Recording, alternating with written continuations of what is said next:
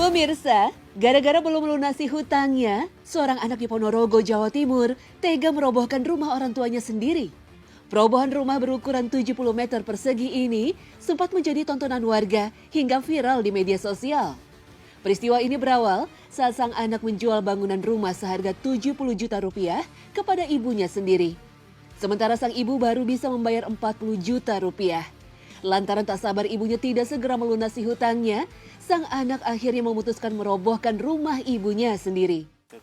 Itu mintanya saudara Kalam itu diberi cash karena saudaranya itu masih punya uang 40 juta dikasih, selang berapa hari atau minggu nanti mau ditutup kembali, tapi Pak Kalamnya tidak sabar untuk menunggu, akhirnya rumah dirobohkan seperti ini. Meski pihak keluarga sudah berusaha membujuknya, namun tetap tidak membuahkan hasil. Banyak yang bujuk itu, sabar dulu, sampan punya anak. Kalau besok-besok anak mau nempati, itu nggak peduli. Perobohan rumah yang dilakukan seorang anak memang banyak yang menyayangkan. Sekalipun secara hukum agama, banyak ulama yang menghukumi piutang orang tua pada anak tetap dianggap seperti piutang pada orang lain selama orang tua mampu. Namun persoalannya bukan hanya pada masalah hak anak saja, tapi ini masalah orang tua yang telah mendedikasikan hidupnya membesarkan anak-anaknya. Artinya, anak juga punya kewajiban menghormati dan berbakti kepada orang tua. Allah Subhanahu wa Ta'ala berfirman, "Dan Tuhanmu telah memerintahkan supaya kamu jangan menyembah selain Dia, dan hendaklah kamu berbuat baik pada ibu bapamu dengan sebaik-baiknya."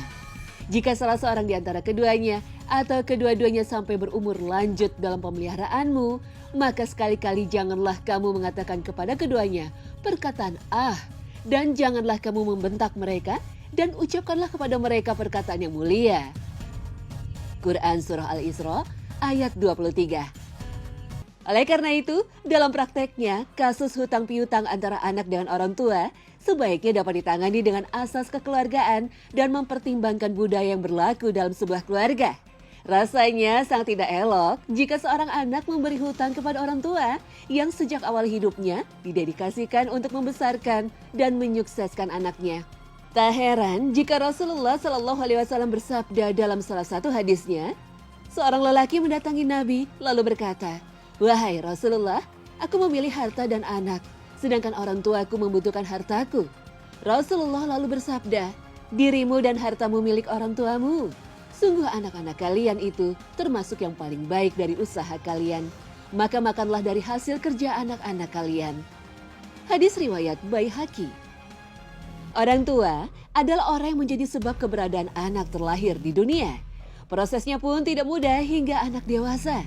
Oleh karena itu, Allah Subhanahu wa Ta'ala dan Rasul-Nya memerintahkan agar memposisikan orang tua pada tempat yang mulia. Bahkan kerelaan Allah diletakkan pada kerelaan orang tua.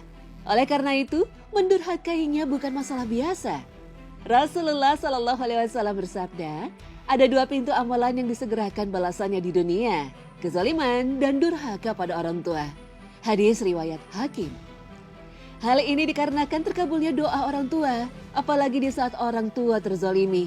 Kemudian ia menengadahkan tangannya ke langit, mengadukan sakit hatinya kepada Allah. Maka doa orang tua ini akan bergerak dan berhembus menuju angkasa, menembus awan, mencapai langit, dan diamini oleh para malaikat. Kemudian Allah Ta'ala mengabulkannya. Rasulullah SAW bersabda, 3 doa yang tidak tertolak, doa orang tua, doa orang yang berpuasa, dan doa orang yang terzalimi. Hadis riwayat Baihaqi. Rasulullah SAW juga bersabda, takutlah terhadap doa orang yang terzalimi, karena ia akan terbang di atas awan. Kemudian Allah berkata, demi kemuliaan dan kebesaranku, aku pasti menolongmu meskipun setelah berlalunya waktu. Sahih Al-Jami' 117.